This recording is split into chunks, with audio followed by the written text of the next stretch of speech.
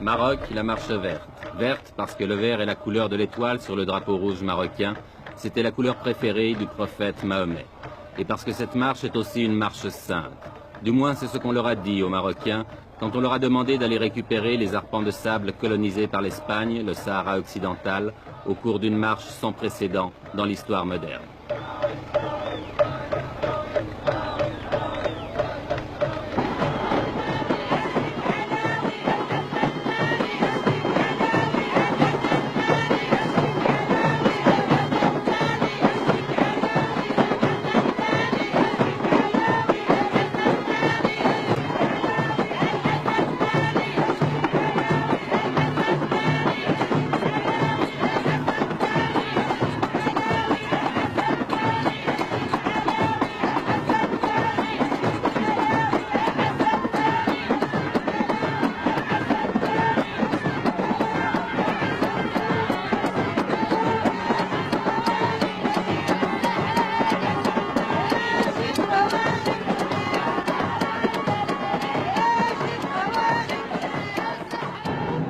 Un homme a eu l'idée de cette marche, à moins que quelqu'un la lui ait suggérée, une idée politiquement géniale, même si on peut la critiquer, et cet homme, le voici, il a 46 ans, c'est le roi du Maroc, Hassan II.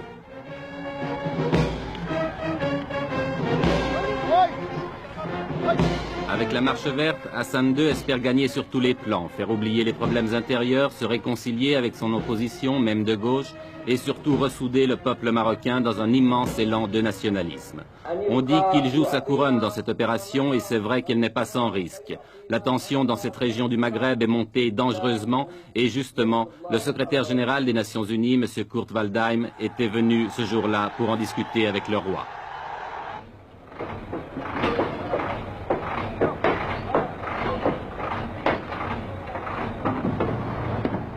Mais au-delà des coulisses de la diplomatie, la marche verte a été lancée. L'armée et la police, l'administration civile contribuent à sa réalisation. C'est presque la totalité des moyens de transport du pays qui ont été mobilisés, trains, autocars et camions rassemblés à Marrakech, devenue la capitale du grand départ.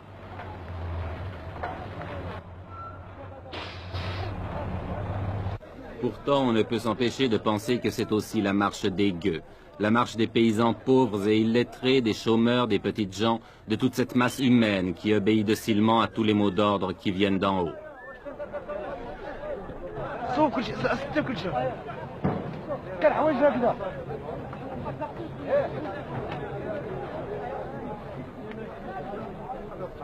Le roi avait demandé 350 000 volontaires. Ils ont été presque le double à s'inscrire. Pour beaucoup, c'était l'occasion de faire pour la première fois de leur vie un grand voyage ou de voir la mer, bref, presque des vacances offertes et organisées par Sa Majesté.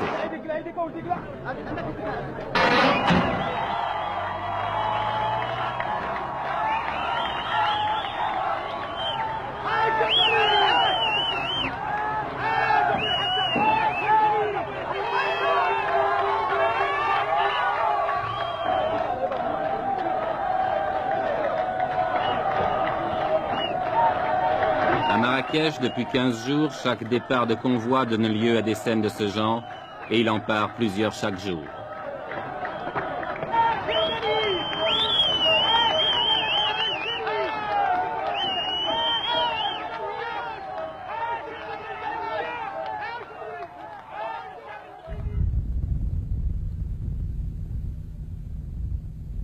Ils sont partis de toutes les régions du pays, de toutes les provinces.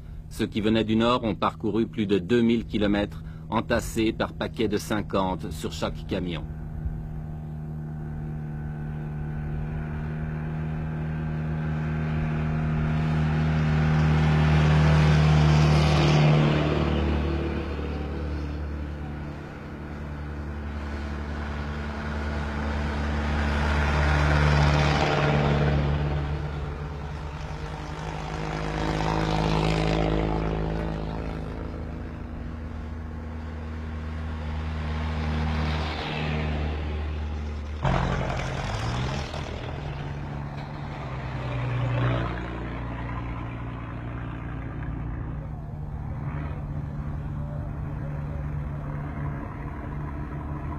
1000, 1500, 2000 kilomètres de soleil et de poussière, de chaleur et de soif, de fatigue.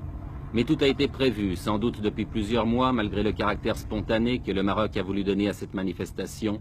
Ambulance, ravitaillement, essence, eau. En principe, les participants à la marche ne manqueront de rien. Une question, mais qui restera peut-être toujours sans réponse, quel sera le coût définitif de cette épopée? Avant le désert, un camp de transit a été installé à Agadir qui peut accueillir 30 000 personnes.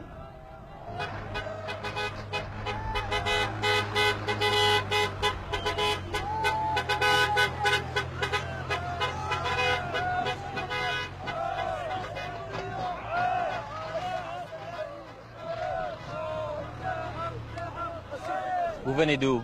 De la province de Taza. C'est à combien de kilomètres d'ici? D'ici à peu près dans les 700 km.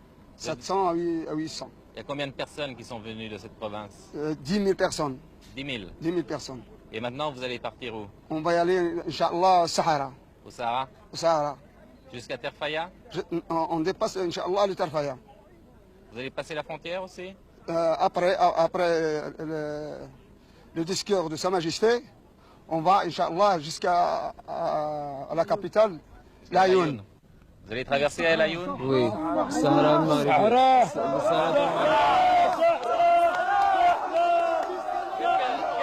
Qu'est-ce que ça signifie? Qu'est-ce que ça signifie le Sahara pour vous? C'est notre pays. C'est notre terre et notre pays. Nous traversons non pas l'Ayoun seulement, mais toutes les villes et tous les villages occupés par les Espagnols. On veut notre terre, on veut toujours notre terre. On veut notre terre jusqu'à la mort. Notre terre, c'est toute notre vie. C'est notre terre, ça y est. Vive le roi Hassan II! Vive le roi Hassan II! Vive le roi Hassan II!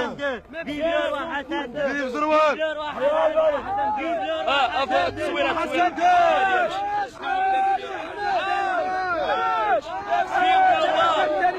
عاش الملك! عاش الملك! عاش الملك! الجهاد الجهاد اصبر يا تخوي البلاد الجهاد الجهاد اصبر يا تخوي البلاد الجهاد الجهاد اصبر يا تخوي البلاد الجهاد الجهاد اصبر يا تخوي البلاد الجهاد الجهاد اصبر يا تخوي البلاد الجهاد الجهاد. Cela fait plus de 2 semaines maintenant que les premiers convois ont pris la route du Sud. Plus de 2 semaines de délire qui confine au fanatisme. Plus de 2 semaines que le Maroc vit dans la fièvre. Tout cela pour quelques milliers de tonnes de phosphate, vous demanderez-vous? Non, pas seulement. Tout cela aussi, du moins aux yeux du peuple, au nom du roi et de Dieu, si Dieu le veut, Inch'Allah.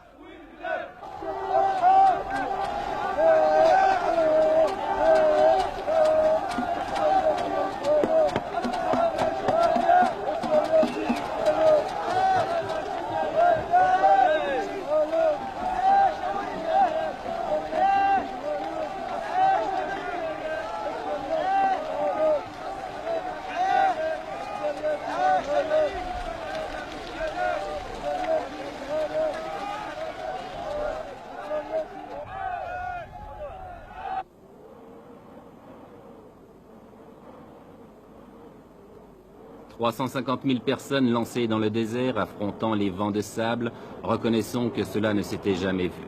En deçà des considérations politiques qu'elle peut inspirer, la Marche verte offre le spectacle hallucinant d'une nation jetée dans l'aventure. Folie ou coup de bluff, impérialisme ou nationalisme, je l'ignore. Mais regardez ces images.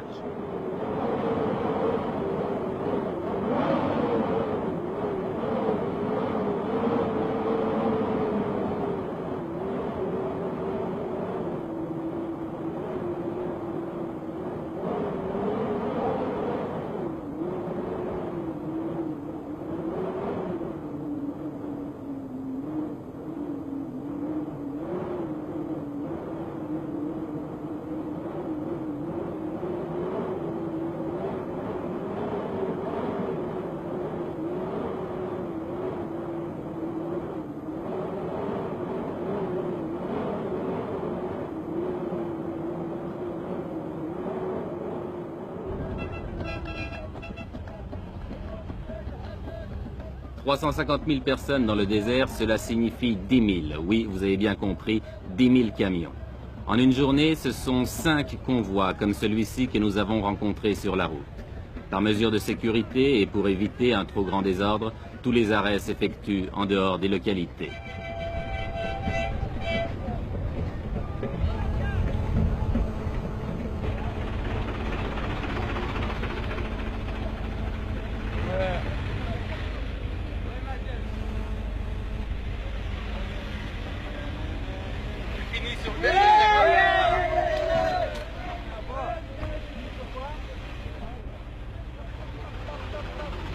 Chaque fois que nous dépassons un convoi, nous retrouvons la même atmosphère, une atmosphère de frénésie. Et chaque fois aussi que nous interrogeons les gens, ils nous font les mêmes réponses. Écoutez. Jusqu'où vous allez? Sahara. Pourquoi vous ne laissez pas le peuple sahraoui s'autodéterminer, choisir lui-même? Parce que le peuple sahraoui est sous la domination du roi. Eh ben, comme vous dites, c'est... Sahara, c'est à nous. Non. Pour être juste, les Sahara nous ont pas. Et les Sahraouis, ce sont des Marocains pour vous? Oui, c'est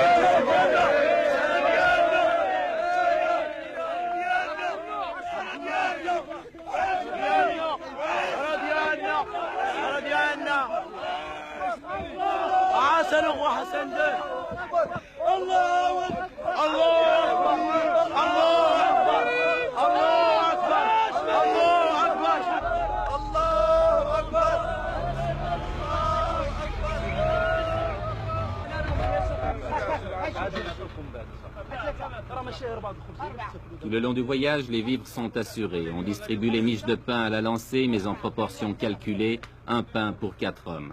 Le convoi se ravitaille donc, puis reprend la route.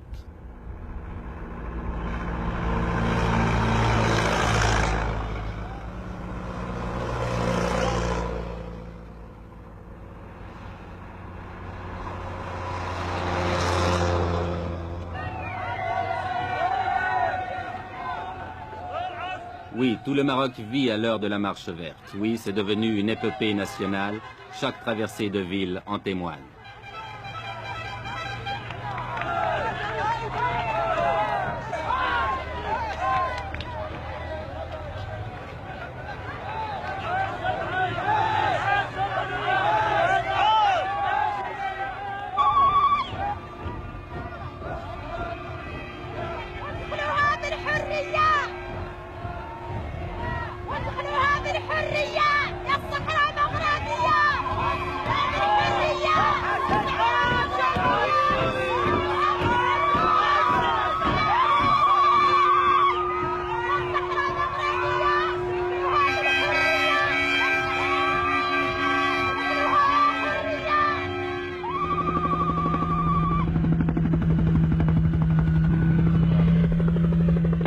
C'est l'arrivée à l'extrême sud du Maroc, à côté d'une petite bourgade perdue dans le désert, où avait atterri autrefois l'avion de Saint-Exupéry, Tarfaya. Tarfaya qui est maintenant devenu un gigantesque camp, dernière étape de la marche verte avant la traversée de la frontière qui délimite le Sahara espagnol.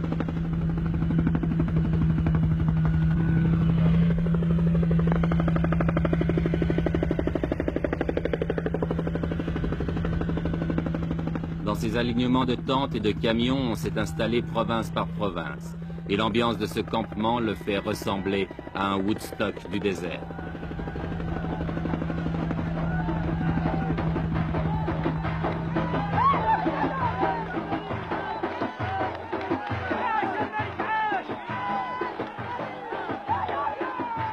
Car c'est tous les jours la fête, organisée ou pas.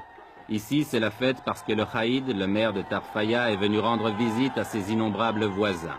Lui, qui vivait seul ou presque dans son bled oublié au fond des sables, que doit-il penser de ce fantastique rassemblement ?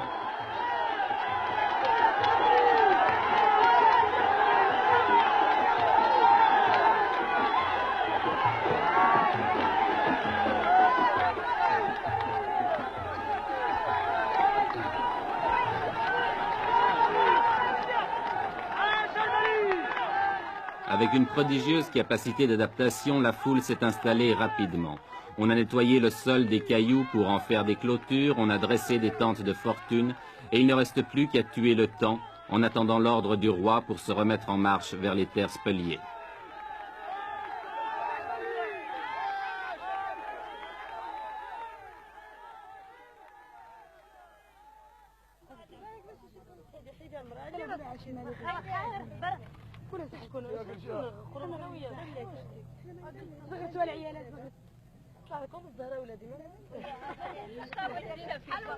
Les vivres sont distribués par les organisateurs, mais comme on n'est jamais si bien servi que par soi-même, on s'est mis à faire la cuisine, à frire les beignets, à faire bouillir le thé de menthe ou même à cuire le pain.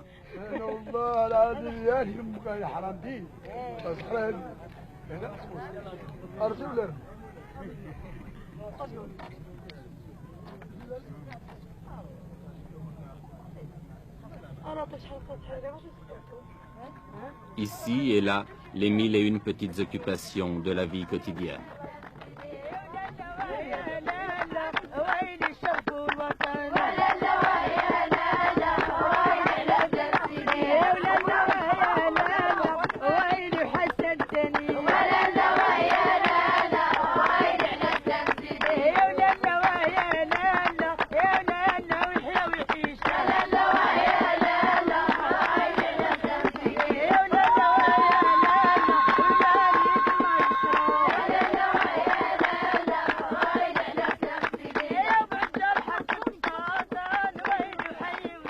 On danse, tandis qu'à quelques kilomètres de là, on se prépare peut-être à la guerre.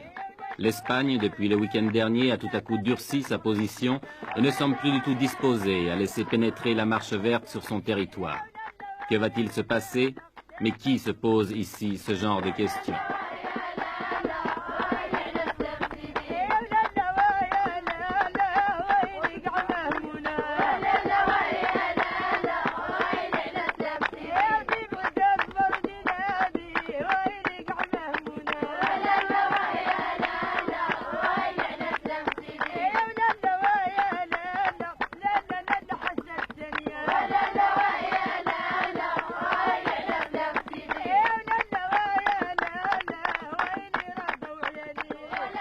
La marche verte n'a pas encore franchi la frontière, mais on ne voit pas comment elle pourrait maintenant s'arrêter, car ce qui est sûr, c'est qu'elle a dépassé le point de non-retour.